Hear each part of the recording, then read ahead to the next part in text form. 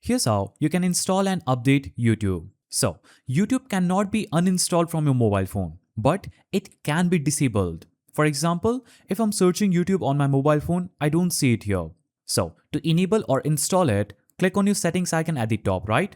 Now, search for apps, click on apps, and here you can simply search for YouTube. And as you can see, it's currently disabled.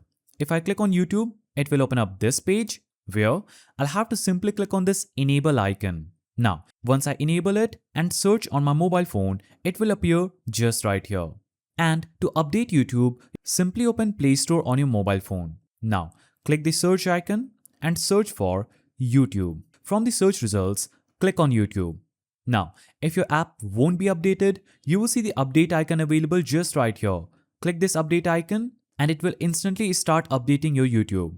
Now, after the update gets finished, you won't see the update button, but the open button.